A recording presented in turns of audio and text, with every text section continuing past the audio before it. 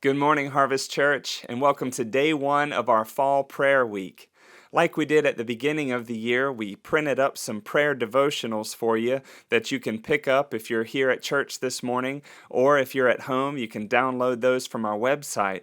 But they have prayer points for each day that you can pray about, and also a devotional that's taken from this book, which is The Life and Teachings of Jesus Christ by James S. Stewart. And now, this is not Jimmy Stewart from It's a Wonderful Life and from so many great Westerns.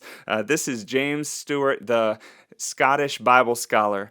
But he's not one of those dry Bible scholars. He's one of those that every time I read him, at least, I fall more in love with Jesus. And he has an excellent chapter in this book that is called The Prayer Life of Jesus. And that's what we're going to be studying this week together. And day one is Teach Us to Pray. He quotes from the Gospel of Luke where it says, "And it came to pass that as he was praying in a certain place, when he ceased, one of his disciples said unto him, Lord, teach us to pray." Note the particular circumstances of this request. It was when Jesus had been praying with them and the prayer was just finished that the request was made.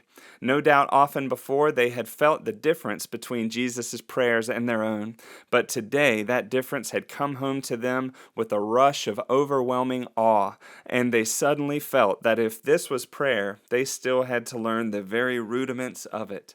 Lord, they said, teach us to pray. It was through the example of Jesus, not only through his teachings, but through what he demonstrated in his life that made the disciples want to learn how to pray. And here at the start of prayer week, can we give that same request to God? Lord, teach us to pray. Take us deeper in our prayer life. Help us not be content and satisfied with surface level prayers, but Lord, prayers that touch your heart, that are led by the Spirit. And so one of our prayer points today is for our personal discipleship. Just like those disciples were saying, Lord, teach us, lead us in the way that we should go. Also, we're praying for our Harvest Ecclesia. And then finally, for 2023, a year of transition, both personally and corporately.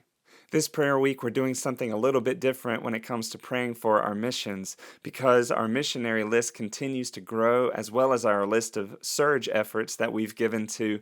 We are spreading them out over the course of 7 days, rather than trying to group all of them together on one day. And today, at the start of prayer week, we are praying for our local missions. So we encourage you individually, and if you can with your family, to lift these prayer points up to the Lord every day. And even though we're not corporately meeting together every day, we can still come together in the unity of the Spirit and believe God for great things in this season. God bless you.